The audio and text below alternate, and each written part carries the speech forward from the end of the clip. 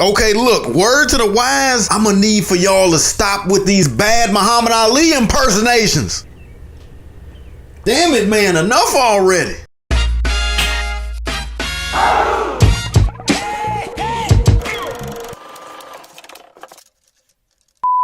I really gotta do better with my writing. I gotta come down to 5 minutes, man. 5:46. That's the goal number from this point forward. What's good with it, people? Welcome to the Joe Blackula Perspective presents Behind the Curtain, where I will either be reviewing or revisiting movies and sharing my honest thoughts and opinions on them. And I am your host, the infamous Joe Blackula. Cue my drop. Joe Blackula. Good looking out, people. One Night in Miami was released in limited theaters on December 25th, 2020. Damn, that was Christmas. And on Amazon Prime streaming service on January 15th, 2021. Rated R for language. I don't remember a lot of filth, florin' filth in this one. I never said no filth, florin' filth. Total running time was 1 hour and 50 minutes. Written by Kemp Powers. Was the directorial debut of Regina King and was nominated for 3 Academy Awards. Didn't win them though. And as usual, white Hollywood is out of their goddamn mind. Regina King has come a long way from crushing a 40 ounce of 8-ball or Old English on the porch of Doughboy in the John Singleton directed movie Boys in the Hood. What year was that? 1990, 91? And an even longer way since her role of Brenda on the TV sitcom 227, which ran from September of 1985 to May of 1990. You know, back then it seemed like it was on a lot longer than that. Sidebar! Regina King was also both of the voices of Huey and Riley Freeman on my favorite cartoon of all time, and maybe one of my favorite TV shows of all time, The Boondocks. Now this movie, from what I came to understand, was an actual fictional story of the night that Muhammad Ali, who at that time was still known as Cassius Marcellus Clay, won the heavyweight belt from Sonny Liston, and what could have been the conversation when and or if Muhammad Ali, played by Eli Gorey or Eli Gore, I mean no offense if I'm butchering your last name, bro. I'm gonna talk to you in a few ticks how I feel about bro. Sam Cooke, played by Leslie Odom Jr. I heard that my bro made his mark in the play Hamilton. I would not have known that. Ain't seen the play, don't plan on watching it at any point of time. Jim Brown, played by Aldous Hodge. I first saw my bro in the classic movie Straight Outta Compton as MC Ren, the ruthless villain. I had a raised eyebrow moment when my bro played MC Ren because he ain't look nothing like Ren, but he has been acting steady since Ren. So damn the fact that he ain't look nothing like him. And he played a great Jim Brown, or who I thought Jim Brown would have been. And Malcolm X, played by Kingsley Ben Adir. Man, that's a heavy name, bro. But what if all these brothers connected that night, all had a convo together, and imagine if mics and cameras were in the room to have gotten all of this? That's what this movie is supposed to be. When this movie first dropped on Amazon Prime on January 15, 2021, I think about maybe a few days after the fact, I sat down and was locked and loaded and prepared to watch this entire movie. Let's go! But my mans that played Muhammad Ali, Eli Gorey or Eli Gore, once again, no offense, bro. On my first listen, man, I just could not get past his Muhammad Ali impression. I did not like it. I couldn't get past that, bro. To me, he sounded like he was doing an impression of Will Smith as Muhammad Ali, who was trying to do an impression of Charles Barkley doing an impression of Muhammad Ali. Couldn't stand it. I bailed on the movie. But then I'm seeing during that time, the movie was getting nominated for all these awards and whatnot. So 2 months later, in March of 2021, I came back. Now the Ali impression was still bad, but I pushed through and I knocked it out. Now, I dug this story, man. They kind of set up each character one at a time at the beginning of the movie to show you where each character was at that point in time in their life. And man, each character at that point in their life was going through some real shit. And seeing that as of right now while I'm shooting this, Jim Brown is still alive. Man, if I could meet that cat and have a sit down with him, I would love to know if that scene scene is real. When he had that convo on the front porch of that white dude who was played by Bo Bridges, what Bo Bridges' character said to Jim Brown, wow. All my life I've been learning about Brother Malcolm X, Muhammad Ali. Hundreds of books have been written, well, maybe not hundreds of books, but a lot of books have been written about the two of them. I've seen dozens of documentaries. Well, maybe not dozens, but I've seen a lot of documentaries on them. I absolutely cannot get enough of those documentaries, man. Jim Brown was the dude when I was a shawty, man. The whole American program. Google it. Walter Payton breaking Jim Brown's Russian record was a big deal here in Chicago, man. I saw Jim Brown's movies, Slaughter, and Slaughter's Big Ripoff. Come on, man. Plus, the whole thing about Jim Brown throwing white women out of windows was hilarious when I was younger. Mind you that this was alleged, and I ain't say it was right. I said it was hilarious. Just the concept of it, that's all. And also keep in mind, I wasn't even 10 years old yet. But what this movie did teach me was exactly how much I did not know and do not know about Sam Cooke. All I knew is that he was from Chicago. Johnny P's entire vocal career was based off of Sam Cooke's voice and vocal runs, and that Sam Cooke sang one of the saddest anthems to ever play through my ears, A Change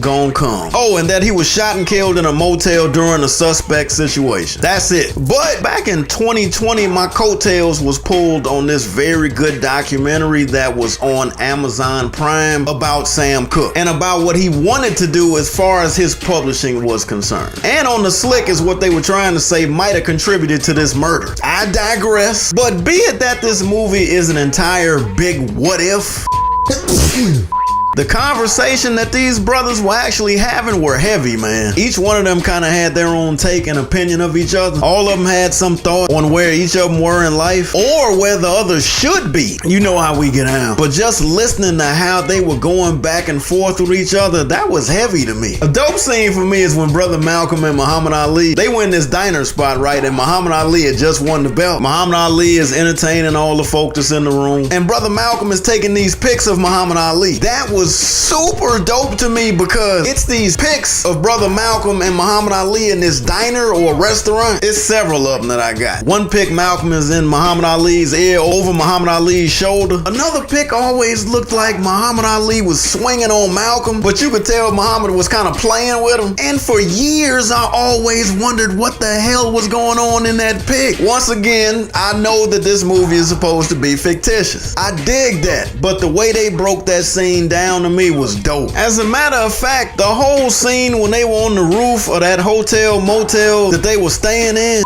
Wait a minute, man. What's the name of this damn hotel? What's it called? God damn it, man. Oh, Hampton.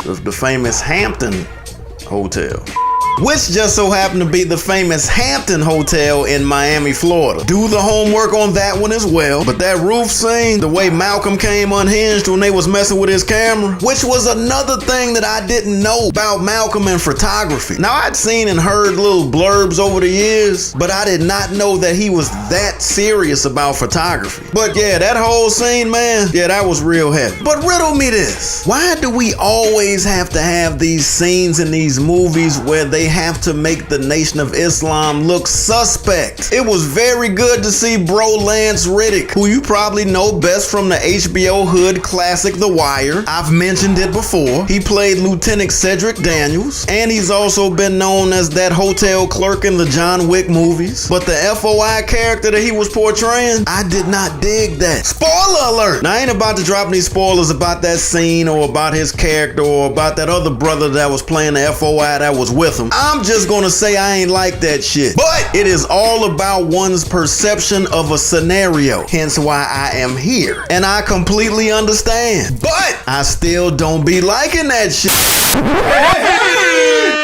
A Night in Miami. This movie was just so drawn out, right? This movie was a slow drag. The first 22 minutes, it felt like an hour and a half. My dad is a Sam Cooke fan.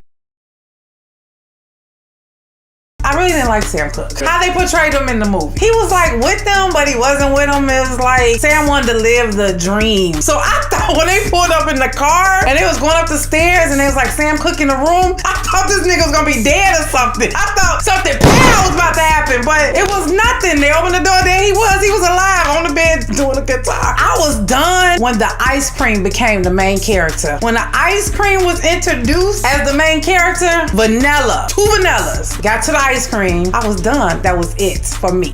Done. Can't do it. Jim Brown, sexy. What's his real name? Aldous Hodge. I love him. So you think MC Ren is fine? Not MC Ren. I love Aldous Hodge, Jim Brown in the movie. Brother Malcolm. Ain't nobody ever gonna be Malcolm X like Denzel Washington. Denzel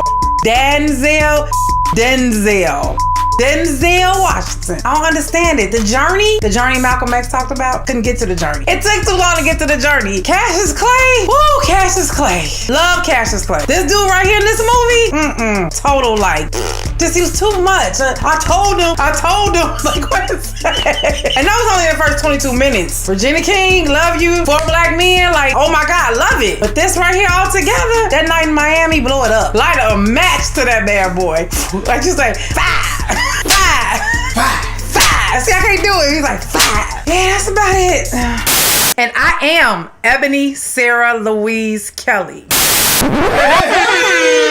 In conclusion, even though I never did get used to my man's voice portrayal of how he translated what Muhammad Ali sounded like to him, I realized that I want to see a full-length feature film about Sam Cooke, as well as Jim Brown. They deserve that. But this is Hollywood that we're talking about. It ain't about being fair. It's about what's gonna make some damn money and turn a heavy profit. Love, hate, or debate. Man, look, I ain't about to go in on it like Ebony did. If it wasn't for my man's voice as Muhammad Ali or that sucker shit that they was on about the FOI, I think that this one actually could have been in the range for me of actually loving it. But I didn't hate it either. I will say that this movie is debatable for me.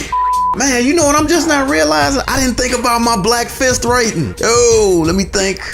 2.5 Black Fists is too low. 3 is like too high though. I give it 3. I give it 3 Black Fists out of 5. Yeah. 3 Black Fists out of 5. But at the same time, unlike Ebony, I at least got further than 22 minutes into the movie. I actually finished it. She gonna finish that movie at some point. All right, people, let's put a bow on this one because it is officially a wrap. If this was your first time visiting, your attendance was much obligate and highly appreciated. My reviews will get better, and until I hit the bullseye, I'm gonna keep throwing these damn darts. Okay, here we go. Please like, share, hit the subscribe button, hit the notification bell that's like right here over here on the side. Okay, tell 10, oh damn that, I'm gonna make a graphic for this at some point. Tell 10 people to text 10 people right now. Copy the link, paste the link. Why? Because I need to reach 25,000 subscribers. And whatever it is that you think, comment below, let a brother know, and I will holler black in a few goddamn ticks in a minute, people. Shit. I like that movie.